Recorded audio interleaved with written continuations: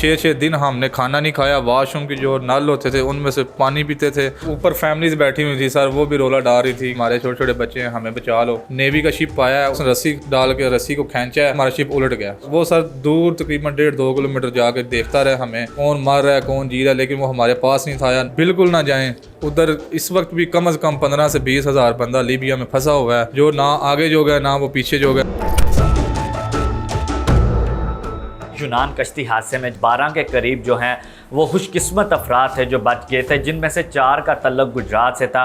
और उसी खुशकिस्मत में एक गुजरात का नौजवान जो है वो इस वक्त अपने आबाई गांव वापस आ चुका हुआ है। मेरे साथ इस वक्त मौजूद हैं पुलिस मुलाजम उस्मान सदीक, उनसे जानते हैं। उस्मान साहब बताइएगा क्या बीती थी आपकी वहाँ? सर तकरीबन हमारा शिप 6 दिन सर हमारा शिप चलता रहा समंदर में, ना कोई हमने कोई जजीरा देखा है ना कोई हमने किनारा देखा है। लेकिन सर जब 6 दिन सर गुजर गए, सर 6वें दिन सर एक हेलीकॉप्टर आया दिन टाइम, वो सर हमारे ऊपर आके हमारे शिप की तस्वीर वगैरह लेके सर हमें चला गया था। लेकिन सर थोड़े हम पूरे उम्मीद हो गए थे कि शायद हमें अब रेस्क्यू करने वाले आ जाएंगे। जो सर ऊपर फैमिलीज बैठी हुई थी सर, वो भी रोला डाल रही थी कि हम मर रहे हैं, डूब रहे हैं, हमारे छोटे छोटे बच्चे हैं, हमें बचा लो। लेकिन सर रेस्क्यू वाला कोई बंदा नहीं था। सर तकरीबन 2-2:30 का टाइम था सर। उस टाइम सर एक कार्गो शिप आया था, वो सर हमारे शिप के बिल्कुल पास आया। पास आके सर उसने हमें सिर्फ पानी और खाने पीने की थोड़ी चीज़ें फेंकी हैं सर। वो तकरीबन घंटा हमारे पास खड़ा रहा, उसके बाद वो चला गया। फिर इसी तरह रात का तकरीबन दिन डूबने का टाइम था, यानी दिन थोड़ा अंदर था थोड़ा बाहर था। उस टाइम मगरब का टाइम होता है। उस टाइम एक और शिप आया, उसके ऊपर यानी फ्रांस का एक झंडा लगा हुआ था। वो सर कार्गो का शिप था बहुत बड़ा, उसमें भी आर्मी थी। वो सर हमारे शिप के बिल्कुल ऐसे करीब यानी 60 टच हो गया था। जब लहर आती थी सारे एक दूसरे के साथ लगते थे। तकरीबन घंटा गुजर गया, उसने सिर्फ पानी की बोतलें वगैरह और 2 ऑयल के टैंकर यानी कैन वगैरह फेंके। लेकिन जिस टाइम उसने ऑयल के कैन वगैरह फेंके ना, हम उस टाइम उम्मीद तोड़ चुके थे कि हमें रिसीव नहीं करने आए, हमें सिर्फ ये पानी की चीज़ें और ऑयल वगैरह देने आए हैं। उसके बाद तकरीबन घंटे बाद वो भी चला गया। हम फिर यानी जो उधर हमारा शिप में कप्तान था, उसने एक ही सर्कल गोल में उसने दोबारा शिप को चलाना शुरू कर दिया। फिर तकरीबन रात का तकरीबन 11-12 का टाइम था। नेवी का शिप आया, उसने चारों तरफ सर चक्कर लगाया। चक्कर लगा के अगली साइड पे गया। शिप हमारा उस टाइम रुका हुआ था, एक जगह पे खड़ा था। अगली दफ़ा गया, अगली साइड पे गया, उसने रस्सी डाल के रस्सी को खींचा है। सर हमारे शिप का बैलेंस आउट हुआ है। तकरीबन 1 या 2 मिनट गुजरे, हमारा शिप उलट गया। शिप उलटने के बाद सर हम सारे पानी में, शिप हमारे ऊपर था, हम पानी के अंदर थे। गोते खा के हमारा कोई हाल नहीं था। लेकिन पता नहीं अल्लाह पाक ने कोई हिम्मत दी, कोई अल्लाह पाक की तरफ से कोई मौजज़ा था, जिसकी वजह से मैं उधर से मैं बाहर निकला हूँ। जब पानी से बाहर निकला हूँ तकरीबन 2 या 4 सेकंड मज़ीद और ना निकला तो मेरी भी उधर मौत हो जानी थी।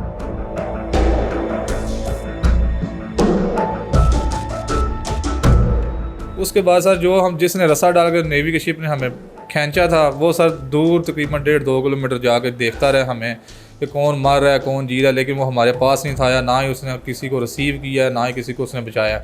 हम 2-3-4 घंटे पानी के अंदर ऐसे ही अपनी कोशिशें बरकरार रखते हुए कि कहीं हमारी कोई जान बच जाए। शिप हमारा वैसे ही नीचे गहराई में चला गया हुआ था तकरीबन आधे घंटे बाद। उसके बाद शिप हमारा ऊपर आया ही नहीं था। फिर सर तकरीबन फजर का टाइम था, थोड़ी थोड़ी यानी रोशनी होने लगी थी। ये हमारे करीब आया, उसने आकर 2 बोटें निकाली हैं अपने शिप से। बोटें निकाल के सर उसने हमें रिसीव किया। रिसीव करके सर हमें बड़े शिप जो उनका नेवी वाला शिप था उसमें डाला है। उसके डालने के बाद सर हमें ये यूनान ले गए। तकरीबन 7-8 घंटे शिप इनका चलता रहा, हमें वापस यूनान ले गए हैं। उधर सर जाकर जब इन्होंने गिनती की है तो उधर सर सिर्फ 12 पाकिस्तानी थे, हम दूसरे यानी सूरी और मिस्री, टोटल 102 बंदे से हम उधर बचे हैं। जो आपके दोस्त आप जिनको बचा नहीं पाए, उस वक्त आपकी क्या फीलिंग्स थी? सर जिस टाइम इन्होंने शिप के ऊपर हमें चढ़ाया है नेवी के शिप में, सर हम समंदर को देख देख के रोते थे। कुछ जो मिस्री थे उनकी फैमिली, उनके बच्चे मर गए थे, वो आगे से वैन रोते थे। 2 बंदे तो दोबारा छलांग लगाने लगे थे समंदर में कि हमने भी नहीं बचना, हमने भी मरना है। लेकिन उधर उन्होंने पकड़ के उन्हें बिठाया। हम रो के समंदर में देख के उधर से मेरा यानी एक दोस्त अली रज़ा, वो भी मेरे साथ गया हुआ था। उसको यानी सोच के, उसको याद करके रो के मेरा बुरा हाल था कि मैंने बहुत बड़ी यानी मैंने कुर्बानी दे दी है, यानी मैंने खो दिया अपना दोस्त, अपना भाई खो दिया। फिर सर हमें जब काला मादा ले गए, उधर हमारी गिनती हुई, उधर हमें पता चला कि 12 लड़के हम पाकिस्तानी बचे हैं, दूसरे मिस्री और सूरी, टोटल 102 बंदे हम बचे थे। अच्छा ये बताइए कि पहले फैमिली के साथ किससे रब्ता हुआ, उस वक्त क्या फीलिंग्स थी? वालदा से जब बात हुई तो आपके क्या जज्बात थे? सर पहले मेरे जो बड़े भाई हैं इमरान, उनसे बात हुई। मैं उस टाइम हॉस्पिटल में था। हॉस्पिटल में था तो मुझे यानी पहले बेहोशी की हालत में मुझे कुछ यानी याद नहीं था उस टाइम मैं कैसे हॉस्पिटल पहुँचा हूँ या किस तरह मुझे उन्होंने रखा है। मुझे थोड़ी सी होश आई है, मैंने डॉक्टर से मैंने मोबाइल लिया, मोबाइल लेके मैंने भाई को कॉल की है, तो भाई को कॉल की है तो मैं रोने लग गया हूँ, ज़ोरों की तार रोने लग गया हूँ। आगे से मेरा भाई भी रोने लग गया, उसको पता चल गया था कि उस्मान है। उससे सिर्फ मेरी यही बात हुई है कि यार मैं अली को नहीं बचा सका, अली मर गया। मेरे खुद यानी रो रो के उस टाइम बुरा। फिर डॉक्टर ने मेरे से मोबाइल ले लिया था वापस, कहती है कि आप इस वक्त बड़े सानहा से गुजर के आए हो, 7 तर्जमान भी खड़े थे, सानहा से गुजर के आए हो तो आप इस तरह ना करो, उसको बोलने की कोशिश करो। लेकिन इतना बड़ा सानहा था, बोलना तो नहीं जाता। आपने एक मौत का मंजर देखा, जी बिल्कुल। तो क्या उस वक्त आपके जज्बात थे? जज्बात भाई, अल्लाह ने दूसरी दफ़ा ज़िंदगी दी है, उधर कोई उम्मीद नहीं थी, कोई कुछ नहीं था ऐसी वैसी।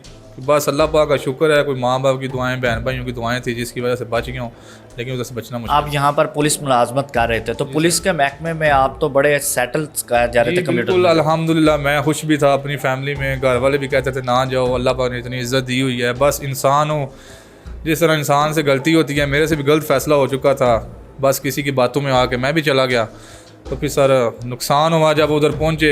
फिर हालांकि बड़े बंधु ने बोला उधर ही रहो, उधर ही रहो, अब वापस क्या करना है। मैंने कहा नहीं, मैंने वापस ही आना है अपने मुल्क पाकिस्तान, अपने माँ बाप के पास आना। वापस पाकिस्तान आने का फैसला क्यों किया, और आखिर में ये बता दीजिएगा कि नेक्स्ट जो लड़के जाना चाहते हैं उनके लिए क्या मैसेज है? सर मैं तो कहता हूँ जो लीबिया वाली साइड पे बंदे जाते हैं सर, वो बिल्कुल ना जाएं उधर। इस वक्त भी कम से कम 15 से 20 हज़ार बंदा लीबिया में फंसा हुआ है, जो ना आगे जो गया ना वो पीछे जो गया, ना वो पीछे आ सकते हैं ना वो आगे जा सकते हैं। सिर्फ उनको एक ही इंतज़ार है किस दिन हमारा शिप निकले, सिर्फ यही लॉलीपॉप देते हैं, आज निकल रहा है, कल निकल रहा है। 6-6 दिन हमने खाना नहीं खाया, वाशरूम के जो नल होते थे उनमें से पानी पीते थे, खारा पानी होता था।